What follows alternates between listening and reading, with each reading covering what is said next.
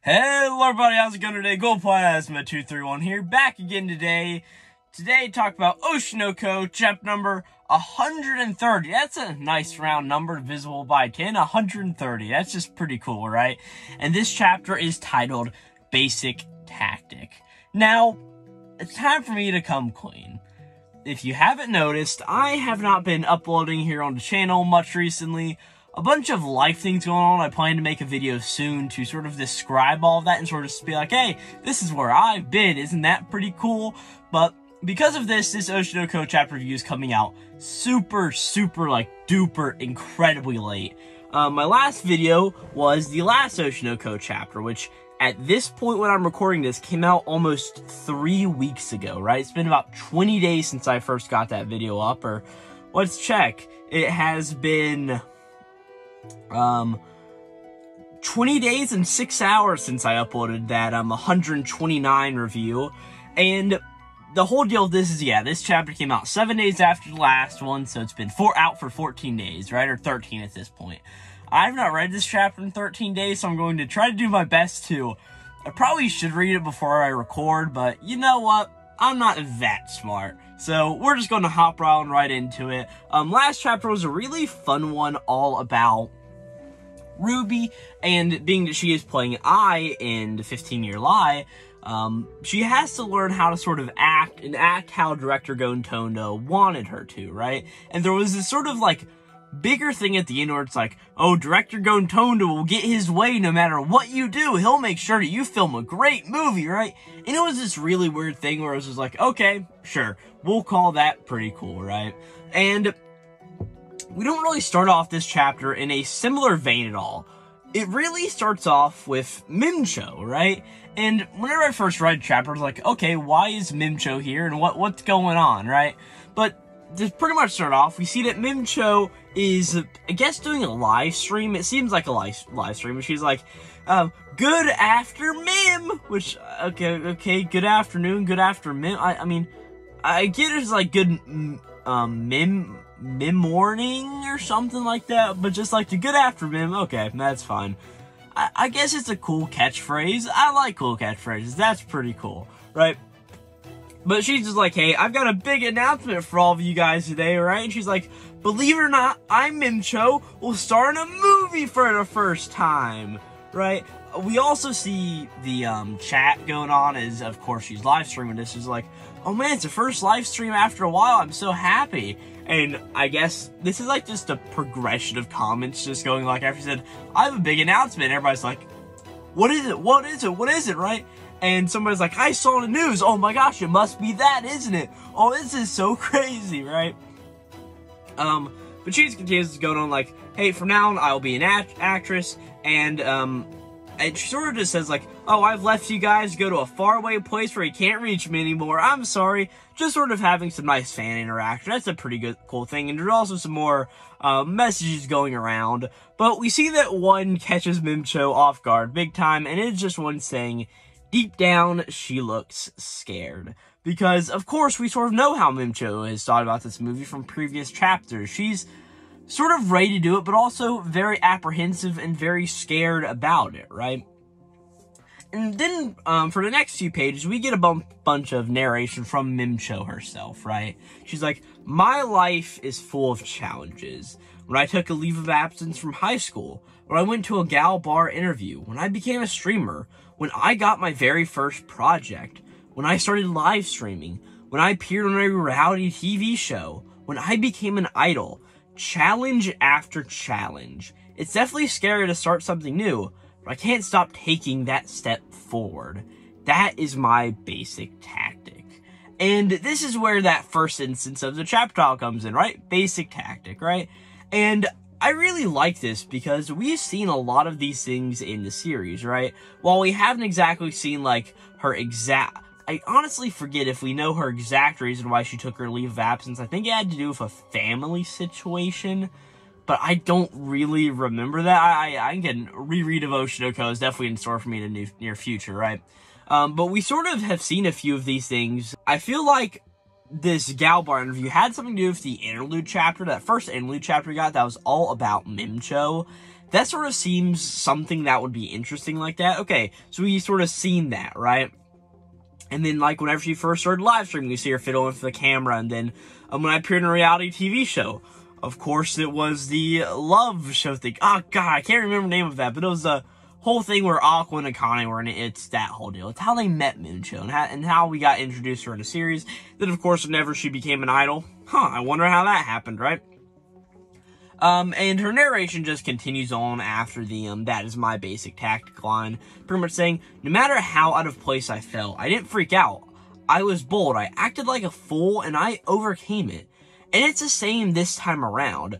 I'll put my brain into full gear, I'll play down all of my cards, and I'll show them that I'm smarter than everyone else, right? But we sort of just get something going, but as we sort of see that it is 6:30 a.m. on a set, and there is a very tired Mem-Cho there, right? And we see that she's sort of just there, like, yawning on the set, like, stretching her arm out, like, really making a show of, like, oh, man, I'm so tired, I could just, oh, that was actually a good yawn. I didn't even mean for that to happen right there, right? But we sort of see somebody in the background just yelling, how can you be this stupid? We see somebody in the background just yelling like, how stupid can you be to give this to me on mute, you idiot? If this happens again, I'll beat you up good, right? And we sort of see that Mem-Cho sees it, she's like, God, oh my gosh, I don't feel safe here at all. And she's just like, no matter how bold you are, all this stuff's just so scary. She's like, you can find people in technical jobs like once in a while, like, oh my gosh, this is so weird, like, oh, like she really gets frightened by this. And we pretty much see some talking going on. And if I'm not mistaken, this is Tomato Jam, who we got introduced to like 2 or 3 chapters ago as one of the other actors in the movie, right?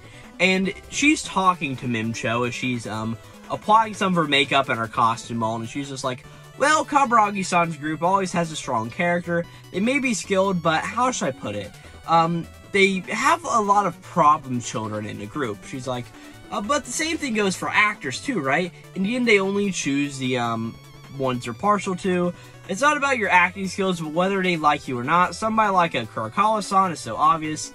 Producer Kabaragi's a man, after all, he loves girls like her, but no offense if you want to get a job, yada yada. It's just a very weird thing where they're just talking. It doesn't really bring too much of a focus out in the chapter, so really no point to stay on it. And then we see, something that is still catching me off of guard so much, which is Kana with long hair. And I think this is still wig. I don't think she actually grew out her hair for it, unless she took it out of, like, her cap that she normally has on. But, yeah, it just, long-haired Kana just, oh my gosh, I barely recognize her at some points, right? But she's just sitting there, and she's like, yeah, doing things, without getting into trouble is one of actors' biggest skill sets, right? And she's just like, even at this very moment, even while we're sitting back here, dozens of people are getting paid, and one mistake on a movie set could make a delay in a day of filming, and she's like, so unless there's a major issue, they're not going to reshoot something, right? Everyone has to pay quite close attention to their work, and it's so stressful, and everybody is always on the edge, right? And we see that Kana makes a note of, this isn't bad compared to other filming places I've been in, right? And she's like, the dark side of movie sets is a bottomless pit after all, right? And Mem-Cho's just like, man, so being an actor really isn't as easy as they sort of make it out to be. And that's something I do like about Oshi no Ko, is they sort of show that often enough, right? That just raw primal instinct of, yeah, acting isn't the easiest, right? And of course, like, that goes for a lot of things. Like, whenever we see the whole thing of, yeah, there's dozens of people getting paid and one mistake just screws up the entire thing, right? And an actor's job is to hide their mistakes. I know a lot about trade jobs personally, right? Like electrical work, plumbing work, masonry work, all of that, right? And I swear, while you need to be good at your craft, the biggest thing is just hiding obvious mistakes you made and making them actually work, right? That is one of the biggest skill sets needed in that field, and it's just so interesting to see that in almost in every field, right? Just being able to hide that mistake to just make it, okay, we're good here. But as the chapter continues, we see Akane here, which Akane's here. That's like God shining a ray of light down on everybody, right? It's Akane. That's pretty awesome. But she says, but hey, us as actors, we're in a position of manual laborers. If they order us to jump in a fire, we'll jump in a fire. Or if we need to live in deserts for weeks, we'll live in deserts for weeks, right? She's like, the basics of being an actor are endurance and perseverance, right? And she's just like, so we can all do our best to do this together, right? And Mem-Cho's just like, no, please no, I don't want to do this, like, please no, right? But as we see, she walks onto the set in her costume, in her Biko no Hachi costume of the old Biko no Hachi, since it's a movie being filmed on old days, right? She's like, there are so many lights that burn in my eyes, and dozens of piercing eyes that try to make me fall on my knees, right? She's like, the gravity is different from anything of like a YouTube or variety show, right? There's a definite right and wrong here. You can't just pick out the good parts and highlight those. She's like, there's so many eyes telling me that failure is not an option. Is there any place in the world that can make you feel as nervous as this right here? There are still so many things I don't know about the world, right? And she's sort of standing here, and so most of this narration has been just like in the back of the screen, but like this is actually in a thought bubble, so I guess this is like her current thoughts, and she's like, man, only people who are confident in themselves can really handle this, right? But she continues on just going, but this isn't a problem for me, because performing live in front of thousands of people is my daily routine, right? As this is a really awesome moment, because personally, we sort of see Mem-Cho get very down by all of this, right? She's sort of like getting beat over the head with like the, here's how you need to be an actor, right? And just like getting smacked over the head with it. And she's sort of cowering here for the first part of the chapter, like, this is so much pressure, and failure isn't an option, right? I mean, I have to do everything in my power to prevent this failure. And then the next thing we know, she's just like, but you know what? Is that a problem? No, because I am Mem-Cho. I am a YouTuber with a ton of subscribers. I can perform live in front of people like my life depends on it. And that's just really cool. I mean, that's just an awesome sentiment in my opinion, right?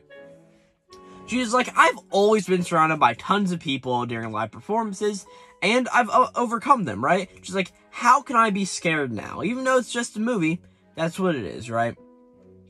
And then she sort of just wraps up all this narration just going, there were many times when piercing glazes became soft for a moment. I thought, oh, I can do well here too. Which is a cool sentiment thing. I like it. But here's where one of the more interesting parts of the chapter comes out, because here's where Aqua is involved, right? As we cut to what I'm guessing is either later that day or just later in time in general. We don't really get a time frame here. But Mem-Cho is just sitting outside, enjoying the nature breeze, having it blow past her. I don't know, maybe there's this, hopefully like a dog didn't poop down the road and there's just like the dog poop just wafting over in the wind. Like, I don't know if that happens in Japan, but like that just be like a dead skunk. I live out in the country, so dead skunks are like a very common occurrence. Like you drive down the road and you're like, oh man, that's a skunk. That sucks, right? But I don't know. Hopefully she isn't getting like a skunk smell just like blown down her way. But as she's just sitting here, Aqua walks up and just like, hey, she's like, it looks like you're doing pretty well, huh? And Mem-Cho's just like, oh, hey, Aquatan, were you scheduled for filming today? And he's just like, no, but I thought I'd just stop by anyway, right? And he's like, you don't know what's going to happen when we shoot a movie after all. And Mim's just like, oh, I see, you've been involved since the planning stage, so it makes sense you'd want to be here, right? And she gets quiet for a second. I mean, both of them get quiet for a second. And she's just like, hey, Aquatan, why did you decide to make this film? And she's like, this movie is all about condemning your own father, right? But she's like, but to me, it also seems like a movie that is filled with kindness in your own way. And Aqua sort of rebuttal to this, I guess you say. He's like, it looks that way because a bunch of professionals were working on it, right? Obviously, the script has been fixed up by the director. What's more, Kinochiji Sensei and Akibo Sensei were helping me directly with the composition, right? If you don't remember who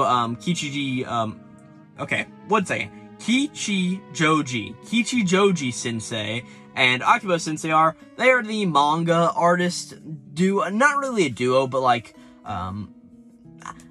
friends. They're the manga artists in the series, right? The one who wrote the love story thing, and then the one who wrote Tokyo Blade. I know Tokyo Blade was written by Akibo Sensei, but, or Abiko, whatever. Japanese names are confusing sometimes, right? I like just the simple ones like Aqua.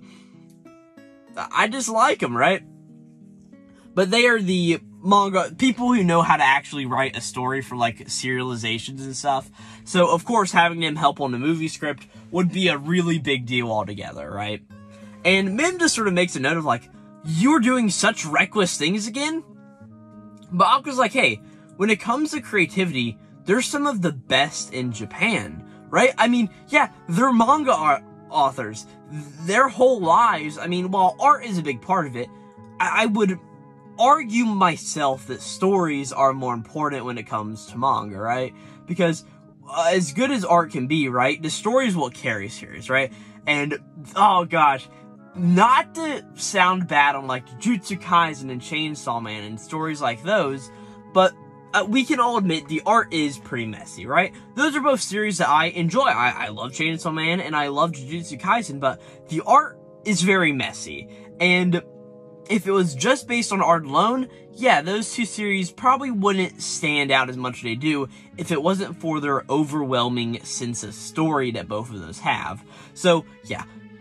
All of that to say that Kichijoji Sensei and Akibo Sensei are two of the best creators in Japan, as Aqua says, right?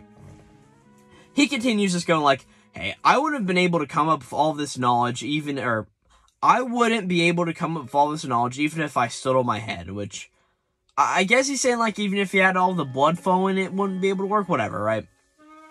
But Mem-Cho's like, so you got them to help you work even though they were super busy, right? And he's like, no, they were actually pretty excited when they looked over the script and made a bunch of corrections to it, right? And we see Akibo Sensei's just like, well, for this part, I think it's better to admit lines like this. And she's like, oh, would you like some tea? It costs like bunch of yen, like bunch of rich stuff, which, okay. But there's a whole thing here, and she's like, oh man, he's relying on me. Which, I don't remember if that was like a point of the thing, was like Aqua sort of twisted Akibo in a way. I don't really remember that. As much as I really remember about that arc is like, okay, Aqua is all going evil, right? But then he talks with Hibakawa, and he goes into light Aqua mode before delving back into dark Aqua mode, right? That's really what I remember about that. But Aqua sort of just continues to saying, it seems that Akibo Sensei was able to take off 2 days a week now that her assistants have learned and grown, which is, yeah, I do like that because, yeah, of course, we knew that Akibo is taking on all of the work on her own, so now that she has got people helping her, yeah, she's probably got that accelerated pace, and she can take a few days off, and these days off help to lead to a better movie getting made, even if Aqua didn't want to write it that way, right? And Mem-Cho's like, I'm very happy for her, but when one's work is seen by people, it has more of an influence. And she's like, for that reason, the quality's absolute. And Aqua's like, hey, I'll use everything I can. This is my basic tactic. Going back, because at the beginning, remember, I said this is the first instant of the wording of basic tactic coming in. This is the second, right? Showing that Mem-Cho's is to keep on persevering and taking that next step into more opportunities, and Aqua is to manipulate everybody around him. Aqua's one of my favorite characters in this series. I don't know, he's just pretty cool, right? But Mem-Cho looks up at Aqua as he's standing there, and she just says, hey, are you using me too? And we get this full page spread, or not, I wouldn't say it's a full page spread, but it's a full page with just two panels, one of Aqua's face and one of Mem-Cho's face, as he just looks down at her, dark Starngons in both eyes, as he just says, yes, of course, I've been getting the most out of you. as we see that Mem-Cho sits here, and she sort of has just one of her cat-like smiles on. And that's really where we end that. She just says, well, I'm glad to hear it. And at this part, we cut to Aqua's room. As we see Aqua is sitting here. We actually don't have to see that. This is just my, I am inferring this. That is the word, right? And we see open DVD case on the, counter on the table in front of him, right? And we see that the DVD is obviously in the DVD player. And we see that I is on the screen. As she says, happy 15th birthday, Aqua. 15 years old, huh? When I was 15, I was pregnant with you guys. But now that you're an adult, I'm sure you can take what I'm about to tell you, right? And she's just like, I want to talk to you about your father. And my request to both of you, who are all grown up now. And as we sort of end this off, we see that Aqua sort of has a very demented panel where he's just like, sort of laying on the ground, and he's sort of got like his hand up on his face, and he just says, don't worry, I'll definitely get it done. And that is where we end the chapter. This is a very interesting chapter. I mean, I know I said about a bunch of things, but this is very interesting for the development, right? We start the chapter with this idea of the basic tactic, right? And it really focuses on Mem-Cho, as we get this whole idea of, okay, this is what Mem-Cho's up to, right? This is her MO going into the movie. She may not be the best actor, but she's going to persevere through it and help be in a great movie at the end of the day, right? And Shona's like, yeah, she can do it. And then we go to the Aqua situation, right? Where it's the very weird thing of Aqua, of course, is using people, and using people is the only way he knows how to sort of survive with this basic tactic, right? Of course, this has been Aqua's MO throughout the entire series is, you want me to be manipulative? You got a deal, right? I mean, that sort of was his MO throughout everything. And I sort of have to read a little bit deeper here into the whole meaning of, like, Aqua's going, of course I'm using you, Mem-Cho, and Mem-Cho being glad to hear it. I think that's probably just something stemming from her wanting to be useful, and being that she's being able to be used by Aqua, she's sort of happy for that, right? Showing that she's got what it takes, right? But then the last 2 pages take a turn, man. Like, if I thought this chapter was going to go somewhere, I did not figure it to end like this. With the whole idea of I just going, hey, Aqua, and I guess Ruby also, but because, of course, we know there are 2 discs, right? One for Aqua and one for Ruby. I'm sure at some point we will fully learn what's on both discs, but I'm wondering if they're different at all. Like, more personalized messages, of course, to the boy, one to the girl, of course, that sort of thing. But it's just like, what's going on here, right? And of course, the whole big thing is, okay, what is Ai's request now that both the kids are grown up now? And it probably has something to do with the father. I think that is pretty obvious. But it's just interesting because some of the wording in the chapter, especially whenever Mem-Cho was talking, she's like, the movie also seems like it's filled with kindness, right? I know it's a revenge, it's about condemning your father, but it also seems like it's filled with kindness, right? I think Aqua is sort of just shoving aside the fact that it possibly is. I feel like as sinister as we think Ai's request is, I really don't think it's going to be that sinister. Of course, we know what Hikaru has done, and yeah, he's a bad guy. Like, there's no pushing past that, right? He has murdered, and I don't know if you guys know this, right? But murdering is very bad. It is considered a felony, and in Japan, that is also a felony, right? It's like the laws changed. I mean, that's a big old felony right there. But, just interesting to see what the wording is and how it'll be used in the end, because I don't think the whole thing is as sinister as it is. And I think Aqua just being like the drama, king or whatever, he's just like, oh, I have fulfilled your request, I will definitely get it done. It's just a little funny. With that, I'm not gonna make promises about the next Oshi no Code chapter review comes out, because obviously I cannot keep my own promises, being that yes, I went 20 days without uploading a video on this channel, which is the most I have ever gone since I sort of started on this very faithfully. But with that, thank you guys so very much for watching this Oshinoko chapter review. I really like my discussion here, and I hope you guys did too. So, if you did enjoy this and you're not subscribed to the channel, please hit that subscribe button. It helps me out a whole lot. And hey, what are your guys' thoughts on this mysterious request? So put them in the comments down below. I'd be happy to know. So, yeah, with that, I don't really have too much else to say. Great chapter again. And yeah, I'll see you guys next time, because with Oshinoko chapter number 300, oh man, we're going into like My Hero territory there, right? But no, with chapter number 130, next time be back for 131, and yeah, this is going to be Glowplasma231.